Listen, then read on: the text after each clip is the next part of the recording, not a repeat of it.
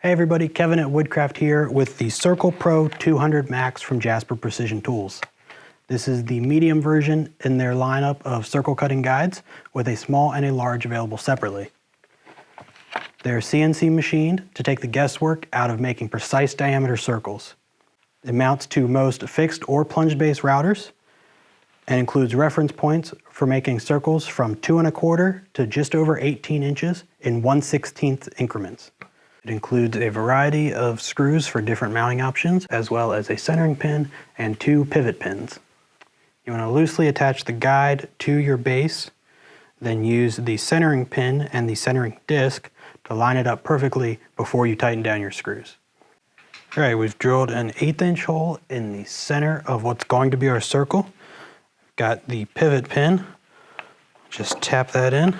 We want to make sure you have a backer board so you don't get tear out and to protect your workbench. I'll just hold it in here.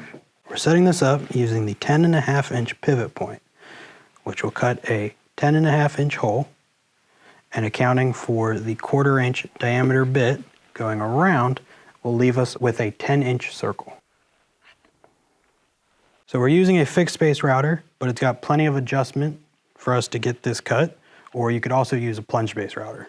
You also want to make multiple light passes, so we're going to plunge down 1/4 inch, do a pass, go down another 1/4 inch, do a pass, and 3/4 inch plywood, so it should only take us 3 passes.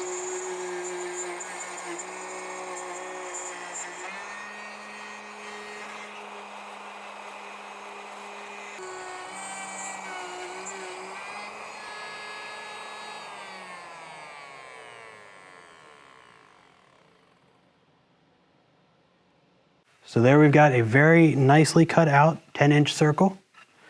If you want to pick up one of these for yourself, visit your local Woodcraft store or head online to woodcraft.com.